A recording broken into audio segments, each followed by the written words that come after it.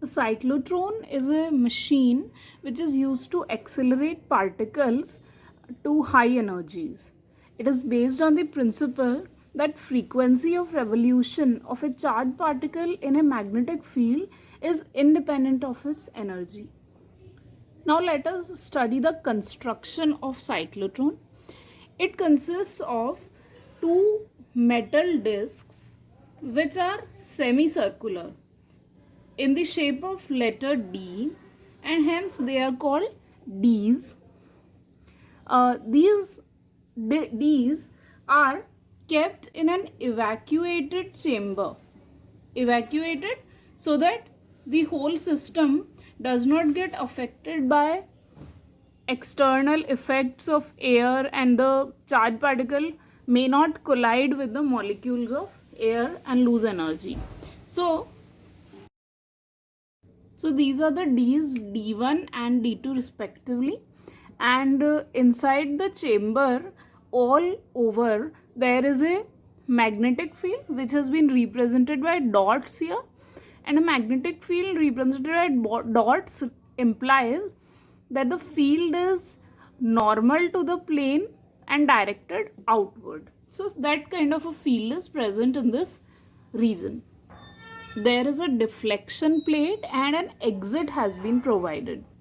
The two Ds are connected to an oscillator which produces or generates an alternating electric field or alternating EMF or voltage, of which the direction keeps reversing or changing after fixed time interval.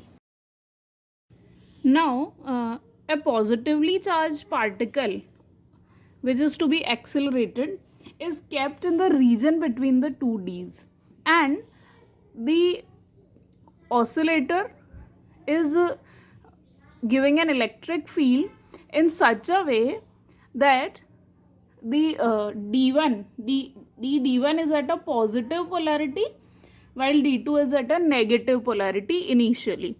So since the particle is positively charged, it will move under the influence of this electric field as well as the magnetic field along this path towards D2, because this is a positively charged particle, so obviously will move towards D2. But as soon as it enters the D2, only magnetic field acts on it. Under the influence of this magnetic field, it traces a circular path, and when it comes out of the field, again an electric and magnetic field starts to act on it, and at this instant the polarity of D's also gets reversed. Now D1 is at negative while D2 is at positive polarity, so now this charge will be accelerated towards D1. In this way the cycle goes on and the charge traces a helical path until it is deflected by deflecting plate and comes out of the whole assembly. Now every time the charged particle goes from one D to another, its kinetic energy increases by an amount QV, because of the V is the potential difference of voltage between the D's and Q is the charge on it. And since the frequency of revolution is constant, so each time the energy increases, the radius of path of the particle also increases, hence forming a spiral and not just a circular path. Now if the radius of the D's and the radius of the path at which the charge is leaving the whole assembly is R, then the velocity at this point, velocity of the charged particle at this point, is given by QBR upon M, where Q is the charge, B is the magnetic field, and R is the radius of its final path, while M is the mass of this charged particle.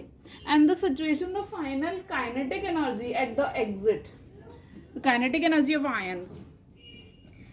is half mv square, and it is given by this. And when we solve it, we get half q square b square r square by m, right? So this is the kinetic energy, maximum kinetic energy of the charged.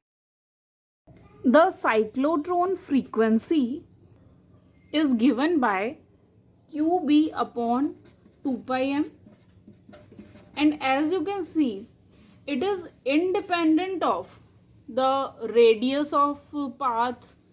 It is only depending upon the charge of particle, given magnetic field and mass, all of which are constant. So it is a fixed or constant quantity, as we have studied in the principle of cyclotron as well.